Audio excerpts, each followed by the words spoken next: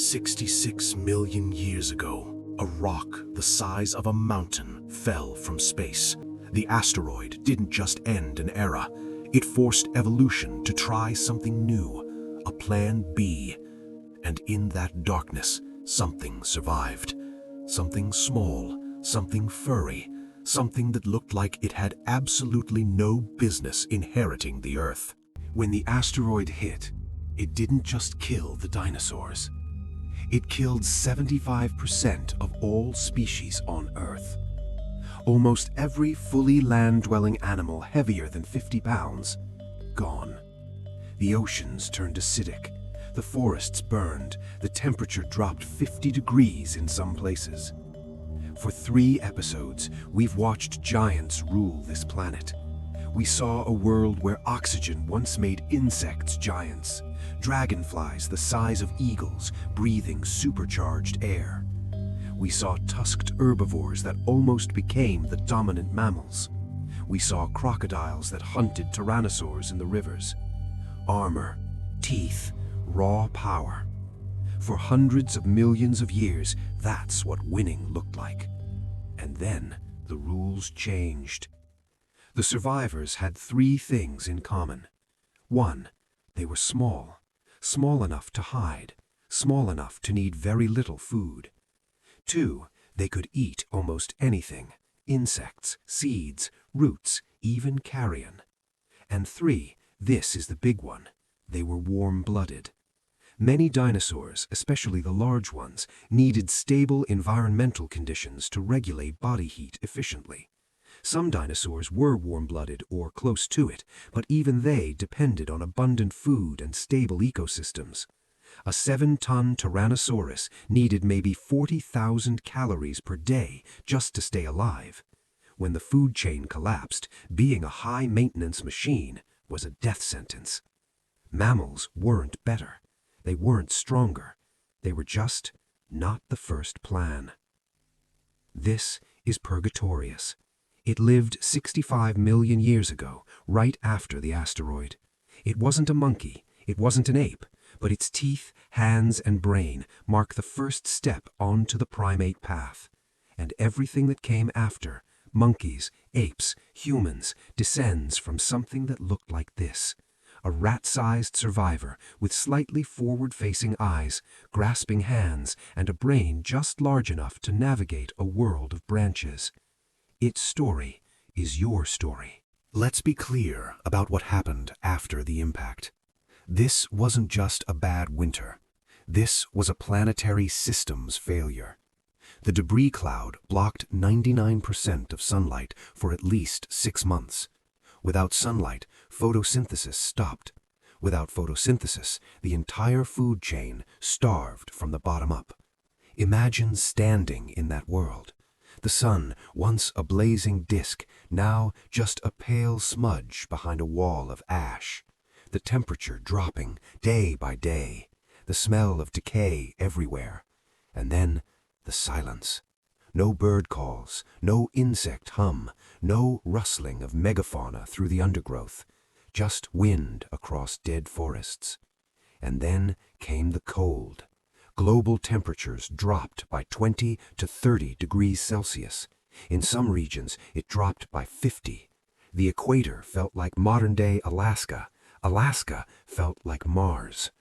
For animals that depended on stable conditions and abundant food, this was a death sentence. They became sluggish, stopped eating, stopped reproducing, and within a generation, they were gone. But underground? Underground was different. 10 feet below the surface, temperatures stayed relatively stable. Moisture collected, insects survived in the leaf litter. And in those dark, cramped spaces, mammals waited. From Purgatorius's perspective, the world above was dead. But down here, in the roots and the darkness, there was still life. They ate beetles that fed on fungus. They ate worms that processed decaying matter. They ate seeds buried by creatures that would never return. Their teeth could crush, slice, and grind. Their digestive systems could process almost anything organic. And their small size meant they needed maybe 30 grams of food per day to survive. A Tyrannosaurus needed about 40,000 calories per day. These mammals needed about 120. They weren't powerful, they weren't dominant, but they were cheap to run. When the dust finally began to settle, when the first ferns began to sprout again, when the sun returned as a pale disk in a poisoned sky, the mammals emerged, and the world they found was empty. For 10 million years after the asteroid, mammals stayed small, mouse-sized, rat-sized, at most cat-sized. They filled every niche the dinosaurs left behind. Some ate plants, some ate insects, some ate each other. But none of them were dominant. Not yet. Power was out. Flexibility was in. And then, about 55 million years ago, something changed. The planet warmed. Forests exploded across the continents. And in those forests, a new strategy emerged. And this is where your story really begins. Living in trees requires very specific adaptations. You need hands that can grip branches. You need eyes that can judge distances. And you need a brain that can process three-dimensional space in real time. This is where primates come from. Not from the ground, from the trees. Ground mammals have eyes on the sides of their heads, wide field of vision, good for spotting predators. Tree mammals have forward-facing eyes, stereoscopic vision, depth perception. Because when you're 30 feet up and you need to jump to the next branch, depth perception isn't optional, it's survival. And that requires a bigger visual cortex, which requires a bigger brain, which requires more calories, which requires better food. Fruit, high in sugar, high in calories, seasonal and scattered. But finding fruit, that's not like grazing on grass. You need to remember where the trees are, when they fruit, how to get there, and whether someone else might get there first. And if you're living in groups, which primates do for protection, you also need social intelligence. Who's dominant? Who's allied with whom? Who can be trusted? Their brains were running a complex social simulation 24/7. This is called the social brain hypothesis, and it explains why primate brains got bigger even before humans arrived. The intelligence that would eventually build cities, it started with remembering where the figs were. But here's the thing, big brains are expensive. Your brain is 2% of your body weight, but uses 20% of your energy. For a primate, it's even higher. So why pay that cost? Because the environment kept changing, and the ones who could adapt were the ones who could think ahead. 3 million years ago, something happened in Africa. The continent began to split. The East African rift opened up. Mountains rose, rain patterns shifted, and the forests were drained away. In their place came grasslands, open, exposed, dangerous. For tree-dwelling primates, this was a crisis. Their food was vanishing, their shelter was gone. Most lineages went extinct, but for one group, it became an opportunity. Walking upright made sense on the savanna. It let you see over tall grass. It freed your hands to carry things, tools, food, infants.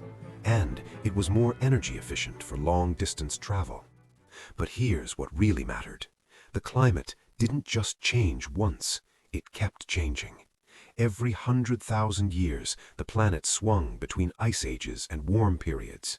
Forests expanded, then retreated, then expanded again. For most species, this was devastating. Specialize for forests, you die when grasslands come. Specialize for grasslands, you die when forests return. Dozens of hominin species emerged and vanished in these oscillations. But one species didn't specialize. Homo erectus. They learned to adapt. They made tools, not just sticks and rocks, but shaped tools. Axes that could cut through bone, scrapers that could process hides, blades that could butcher meat. They controlled fire. which meant they could cook food, which meant they could extract more calories from the same plants and meat, which meant they could kill parasites and bacteria, which meant they could support bigger brains than their ancestors, growing from 800 to over 1,000 cubic centimeters. Not as large as ours yet, but getting there. And those bigger brains let them do something unprecedented. They planned for futures they couldn't see. They remembered winters and stored food. They imagined droughts and migrated early. They anticipated danger and avoided it. And they shared information, not just through gestures, through language. Our vocal tracts are uniquely shaped for complex speech. Our brains have dedicated language centers that other apes don't have. And language changes everything. Because now you don't have to experience something to learn from it. You can learn from someone else's experience. Someone who lived 50 years ago. Someone who lived 1,000 miles away. Someone who died trying something stupid so you don't have to. This is cumulative culture. It's why humans kept getting smarter even though our brain size stopped increasing around 300,000 years ago. In fact, our brains have actually gotten slightly smaller in the last 20,000 years. We didn't get dumber, we got interconnected. We don't need to store everything individually anymore. The group knows it. The culture preserves it. We've outsourced memory to each other. Same hardware, actually slightly less hardware, better software. Up to this point, survival was about biology. What comes next is about something far more dangerous. Us. About 70,000 years ago, something happened. The Toba supervolcano erupted, the largest eruption in 2 million years. Genetic evidence suggests our population may have dropped to just a few thousand breeding pairs. We weren't a global empire. We were a few scattered campfires on a dying planet. Every human being alive today, every artist, every scientist, every person you've ever loved is a descendant of those few survivors who refused to let their fires go out. For 2 million years, we were just another clever ape. But 70,000 years ago, something clicked. Not a single moment, but a cascade. Maybe it was a mutation that improved working memory. Maybe it was a cultural innovation, better tools, better language, better cooperation. Maybe it was just luck. But Plan B decided it was time to see what was over the horizon. A group of Homo sapiens left Africa. They crossed into the Middle East, then Asia, then Europe. Eventually, they reached Australia and the Americas. There were maybe 10,000 of them at the start. Today, there are 8 billion of us. But here's the weird part. We're not that diverse genetically. Chimpanzees have more genetic diversity within Africa than humans do across the entire planet. We are all cousins. Very, very close cousins. And when we met Neanderthals in Europe, they were stronger. They had bigger brains. They had stockier builds perfectly adapted to Ice Age cold. They'd survived in Europe for 300,000 years. They had every advantage. They should have won. But we had something else. Networks. We traded with groups hundreds of miles away. We shared innovations faster. We had larger social groups, 150 people compared to their 50. And that meant when someone invented something useful, a better spear, a new technique, a clever trick, it spread. Neanderthals were brilliant, but their knowledge stayed local. Not because they were inferior, but because their networks were smaller. Ours went viral. They weren't inferior, they were outnumbered. And within 10,000 years, they were gone. Our victory was fragile. It was close. If a few things had gone differently, you'd be descended from Neanderthals instead. Or maybe from no one at all. But we kept going. We invented agriculture. cities, writing, mathematics. In evolutionary time, we went from stone tools to space stations in a blink.